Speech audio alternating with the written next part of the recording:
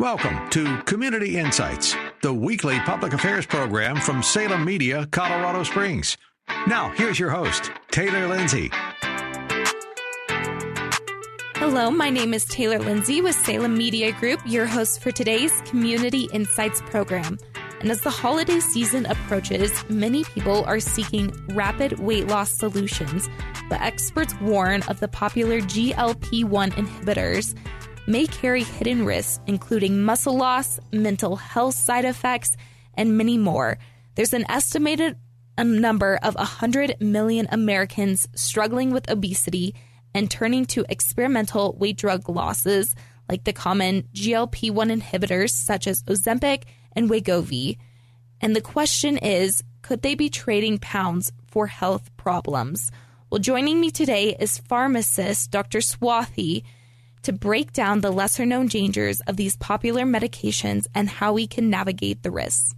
Dr. Swathi, thank you so much for joining me on the show today. I think this is an issue that is extremely important, especially as we're entering into the holiday season right now. And the first question I have for you is, what do you think is the most common misconception you encounter regarding GLP-1 inhibitors as weight loss treatments? We've been seeing it a lot on social media, especially TikTok and Instagram. But what do you think are those common misconceptions that you're seeing? I would say there are three common misconceptions. The first one is that GLP-1 agonists are a magic bullet. So they're just going to work immediately and work perfectly. The next one is that, that they're the right fit for everyone, which we'll talk a little bit about later, why that is not the case. And then the third one is that, that they're free of side effects. So people are going to take it, it's going to immediately work, and they're not going to have any issues with the way that they work. Okay. What would you say are 4 major red flags associated with GLP-1 weight loss drugs and helping recommendations to help minimize these potential risks? Sure, yeah. So I would say there are 4 major red flags. So the first one is gastrointestinal issues. That's issues with your stomach. So whether that's nausea, vomiting, constipation, diarrhea, and also with the mechanism of the way that the drug works, it leads to the stomach emptying slower. And so in the long potentially lead to having issues with the stomach not emptying properly, which could, potentially end up with, some chronic digestive problems. So that's the first major red flag. The second one is an off-label use. So these drugs are only FDA approved for certain patient populations.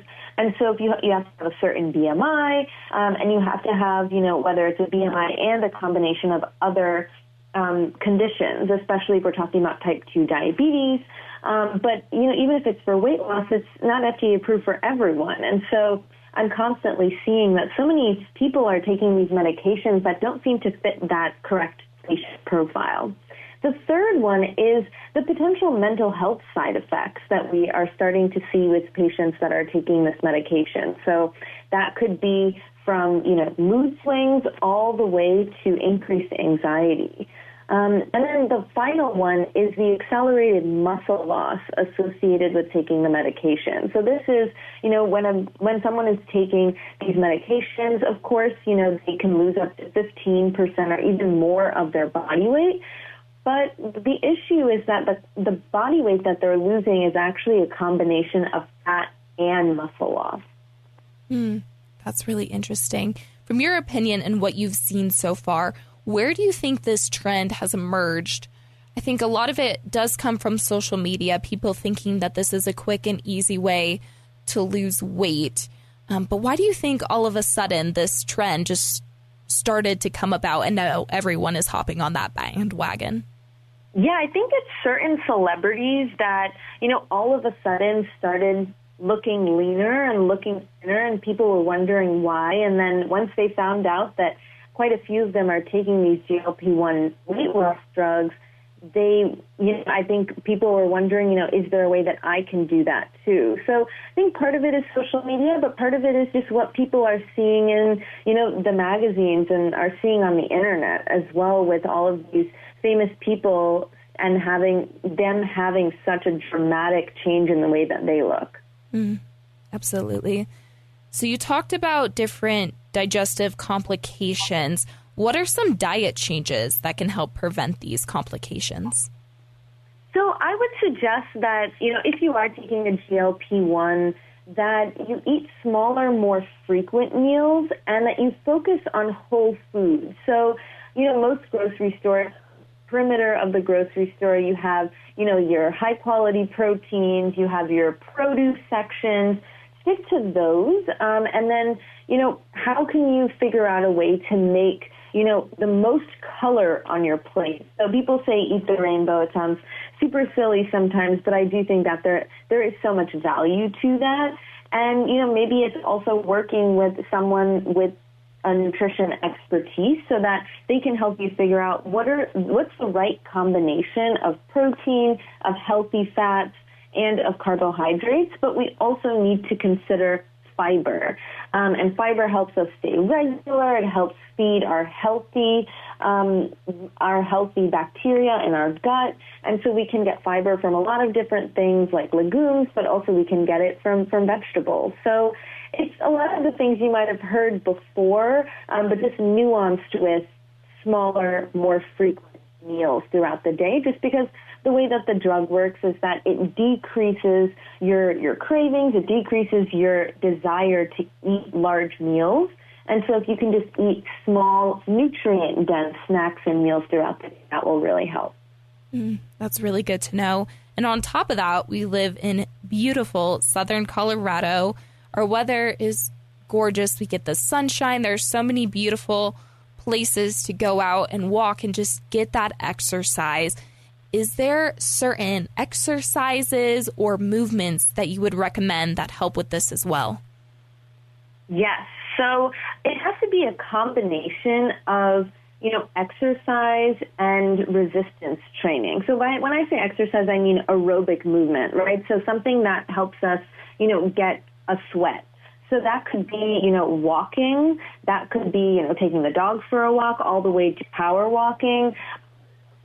You're interested in it, HIIT exercises as well, but it's all about trying to find what makes you happy and what makes you look forward to working out. But it has to be that two-sided of what's going to make me sweat that I enjoy. For a lot of people that I've worked with, it is walking, which I'm a huge proponent of walking. And then the other side of that is the resistance training or the strength training of, even if it's starting with 1 pound, 2 pound weights, or if you don't have that around the house. I know during the pandemic I was using wine bottles and things like that. So it doesn't have to be, anything fancy, but how can you start training your body to not only enjoy exercise, but, use your muscles and continue to use your bones and muscles, really, to get the most out of longevity. Because as we are learning more and more in recent research, the more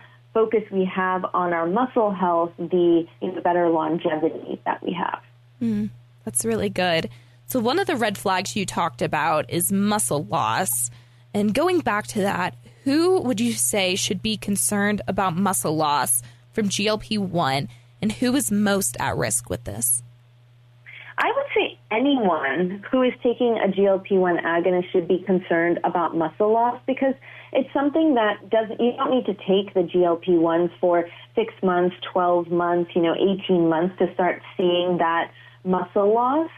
Instead, it can happen as soon as, taking the medication for a few weeks. So I would say anyone is the answer to that, but especially those who are over 40, because at this age, our body starts to build muscle more slowly, and we just naturally lose muscle over time. And so that combination is, very important for this patient population, wherein, if they are taking these medications, they need to think about what is a whole person approach to preserving muscle. And so taking the medication is one part of their weight loss journey, but what can they do in addition?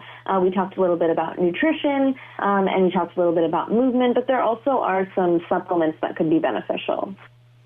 Yeah, and that leads perfectly into my next question. What can be done to preserve muscle mass while taking GLP-1 inhibitors? Yes. So as I mentioned briefly, the nutrition tips and tricks I had, the movement, so thinking about strength training and aerobic exercise where we're sweating. It's also about mindfulness, too. So, how are we dealing with our day-to-day? What sort of strategies are we implementing to feel better about what we're doing from an emotional, mental perspective? And then in addition to all of those things, I understand, I'm very busy. Everyone is so busy trying to balance all these different things in our life, from professional all the way to personal. And so sometimes supplements can be very beneficial, particularly when it comes to muscle health. So there are 4 supplements that I recommend. The first one is omega-3 fatty acids, and so you can get that from, a quote-unquote fish oil supplement that has EPA and DHA in it, but you could also get it from the food that you're eating. I love the food as medicine approach, so if you're not interested in the supplement, no problem. But consider, chia seeds or flax seeds or salmon or mackerel, different things like that can really help, that are packed with omega-3 fatty acids and that support protein synthesis. The next one is branched-chain amino acids. I particularly like leucine. You can find that in a supplement. There are many supplements out there that, have amino acids, and that can really help prevent muscle breakdown, which is, as we were talking about, particularly important for those over 40. And then the third one is if you feel like you're not getting enough protein throughout the day, because protein is very important to muscle health and longevity, I do recommend a high-quality protein powder. That could be whey-based, so animal-based, or it could be plant-based. Like that could be, pea protein, soy-based, just to ensure that we're supporting our muscles from that perspective. And then the fourth supplement is called fortotropin. It's a natural compound derived from raw fertilized egg yolk. And in a number of clinical trials, it showed that it boosted muscle protein synthesis. In one of the clinical trials, it showed that it boosted it upwards of 18% in adults that were not exercising. So this supplement that is available is called MYOS MD. And so at the moment, you can only get it through a healthcare provider. So once I learned about this supplement, I actually joined their scientific advisory board, and I helped to educate different healthcare professionals on the potential use of supplements for muscle health, and I think MYOS MD is a great selection there. And I'm also always looking for supplements that have really robust research to support them. And so, if we're looking at the ones I talked about, like branched-chain amino acids, omega-3s, high-quality protein, and MYOS MD, all of them have clinical trials that demonstrate that they do effectively increase and support muscle health. That's really helpful. So earlier we were talking about people hopping on the bandwagon, wanting to lose weight, especially with the holidays coming up, Thanksgiving, Christmas, lots of delicious food, but people might be getting a little bit concerned about their weight. They hop onto drugs like Ozempic and Wegovy. But what are some of those off-label risks that people can experience while using these drugs that they may not be aware of once they start? So I think that mainly with off is like the drugs, so Ozempic and Wegovy, like you mentioned, they're both FDA approved for specific patient populations. So Ozempic in particular is FDA approved for type 2 diabetes if you have a BMI of over 7 plus another chronic condition, or a BMI of over 30.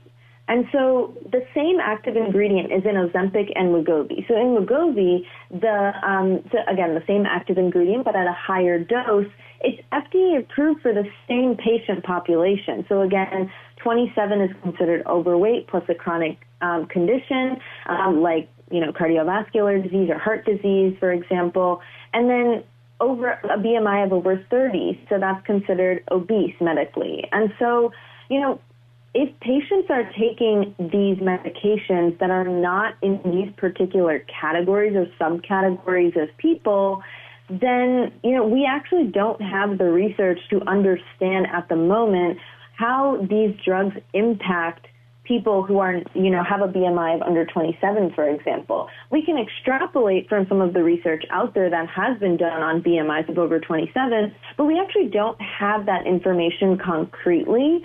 And so that's one of the risks, is that we don't have that information. Another thing is that, we actually don't have long-term data in general about these drugs. So they seem to be working term, right? We see the, in the magazines, on social media, with all these famous people taking it and having these results. But what we don't know is what actually is going to happen down the line. And so if people are interested, they have to take a very educated approach and speak to their healthcare provider about their goals. And then the healthcare provider can decide, okay, weighing the risk versus the benefit, is this really the right choice for this patient at this time, rather than just continuing to dole out these off-label prescriptions? That's really good to know, and great point, too, that it hasn't been tested over time yet. This is something that's very new. So we've already talked about some diet changes. We've talked about exercising, getting out and walking. Are there any other lifestyle changes that you think are important that complement weight loss efforts? I think those ones that you mentioned are my favorites to talk about. So lifestyle is like, what are we doing on the daily that is going to complement the use of these drugs? So if patients are on the GLP-1s, like, what else can they do to help preserve their muscle, but also feel better on the daily? And one of the things, that I talked about, nutrition, smaller, more frequent meals, thinking about nutrient-dense snacks throughout the day, and then the getting moving and resistance training, all of those things really do play a role. And then, as people are changing in their body, how can we also help them on that journey from an emotional perspective too? And based off of your research and what you have seen, would you say that GLP-1 drugs affect your mental health in a negative way?